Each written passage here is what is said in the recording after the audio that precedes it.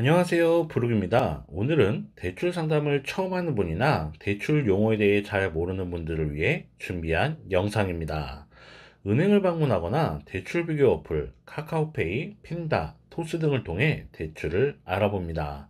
한도는 1,000만 원, 금리는 6%, 약정은 12에서 60개월, 상환 방법은 원리금 균등, 상환 방식, 중도상환 수수료는 1년 내 2%, 1년 후 1%, 3년 후 없다고 합니다.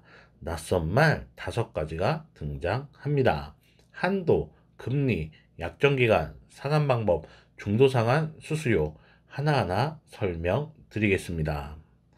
한도, 한도는 내가 받을 수 있는 대출 금액을 말합니다. 생각보다 한도가 많이 나왔다. 한도가 나오면 다 사용해야 하나요? 라고 물어보는 분들이 있으신데요. 한도가 많이 나왔다고 다 받을 필요 없으시고요. 필요한 만큼 받으면 됩니다.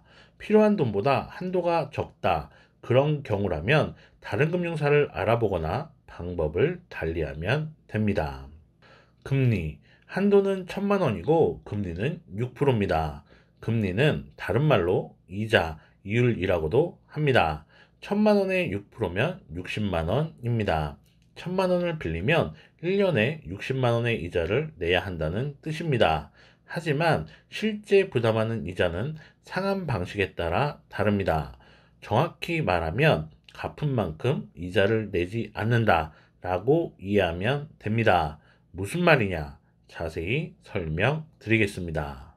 표에서 보듯 만기시 상환 방식은 대출 기간 내내 대출 잔액이 줄지 않습니다. 매달 부담하는 이자도 5만원으로 변동이 없습니다. 마지막 달에 이자와 빌린 돈을 한 번에 갚는 대출 상환 방식입니다. 1년간 받은 1,000만원을 온전히 사용할 수 있는 반면 중간에 갚는 원금이 없어 1,000만원에 대한 6%, 이자 60만원을 그대로 부담해야 하는 상환 방식입니다. 원리금 균등과 원금 균등은 이자와 원금을 함께 납입하는 상환 방식입니다. 이자만 내는 만기시와 다르게 원금과 이자를 같이 갚습니다. 그 결과 매달 5만원만 납입하는 만기시와 다르게 80만원대 원리금을 납입해야 합니다. 하지만 더 낸 만큼 대출 잔액이 빨리 줄고 줄어든 원금에 대한 이자는 발생하지 않습니다. 실제로 부담하는 이자는 60만원이 아닌 30만원대입니다. 상환 방식에 따라 빌린 돈을 빨리 갚고 갚은 원금에 대한 이자는 발생하지 않아 생긴 차이입니다. 그 결과 1,000만원에 대한 6%, 60만원이 아닌 30만원대 이자만 부담하면 됩니다. 원리금 균등과 원금 균등도 같은 이유로 차이가 생깁니다. 표에서 할 수 있듯 첫 달 이자는 둘 다 5만원으로 동일합니다. 하지만 첫 달 상환 금액은 원금 균등이 22,669원 더 많습니다. 그만큼 대출 잔액이 더 줄고 더 갚은 만큼 그만큼에 대한 이자는 더 이상 발생하지 않습니다. 그 부분이 쌓여 차이가 생깁니다. 결론은 상환 방식에 따라 빨리 더 많이 갚아야 하는 경우가 있고 더 낸 만큼 대출 잔액이 더 줄고 더 줄어든 잔액에 대한 이자는 발생하지 않는다 라고 정리하면 될 것 같습니다.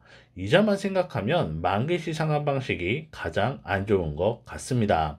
하지만 대출 만기일까지 이자만 5만원씩 내면 되고 대출 만기일까지 원금을 갚을 필요가 없다는 장점도 있습니다.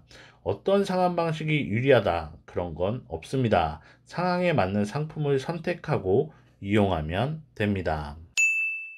상환 방법. 상환 방법은 돈을 빌리고 갚는 방식을 말합니다.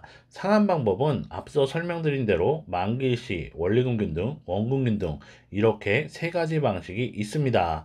앞서 설명드린 대로 만기시 상환 방식은 매달 이자만 납입하고 만기일에 대출받은 원금을 한 번에 갚는 방식입니다. 매달 이자만 납입하면 되기 때문에 대출 기간 중에는 부담이 적지만 만기일에 빌린 돈을 한 번에 갚아야 하는 부담이 있습니다.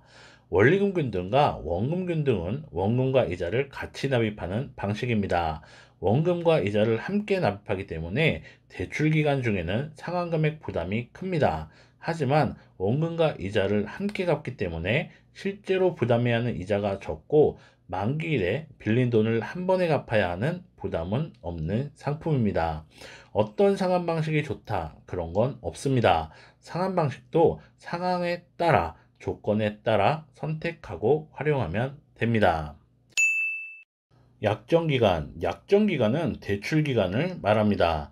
1년 약정했다. 그 말은 대출기간이 1년이라는 말이고, 약정기간이 5년이다. 라는 말은 대출기간이 5년이라는 말입니다. 보통 신용대출은 5년 약정이 많고 담보대출은 30년, 35년까지도 약정합니다. 저는 특별한 경우가 아니면 대출 기간을 길게 하라고 말씀드립니다. 그림에서 보듯 대출 기간을 짧게 할 경우 상환금액 부담이 큽니다. 상환금액 부담이 클 경우 그 부담에 못 이겨 또다시 대출받는 일이 생길 수 있습니다. 그래서 대출을 받을 땐 상환 기간을 길게 해서 부담을 줄이고 차후 여유가 생겼을 때 중도 상환하는 것이 좋다고 말씀드립니다. 중도 상환 수수료. 대출을 받을 때 대출 기간을 약정합니다. 1년 혹은 5년 정도 약정합니다. 금융사는 고객이 연체하지 않는 이상 빌려준 돈을 빨리 갚으라 할 수 없습니다. 무조건 약속을 지켜야 합니다. 고객은 돈이 생기면 약정기간과 관계없이 돈을 갚을 수 있습니다. 그 대신 페널티가 있습니다. 그것이 중도상환 수수료입니다. 중도상환 수수료는 시간이 지남에 따라 줄어들고 갚는 금액의 일정 비율을 냅니다. 중도상환 수수료는 보통 1년 이내 2%, 1년 후 1%, 3년 후 없는 경우가 많습니다.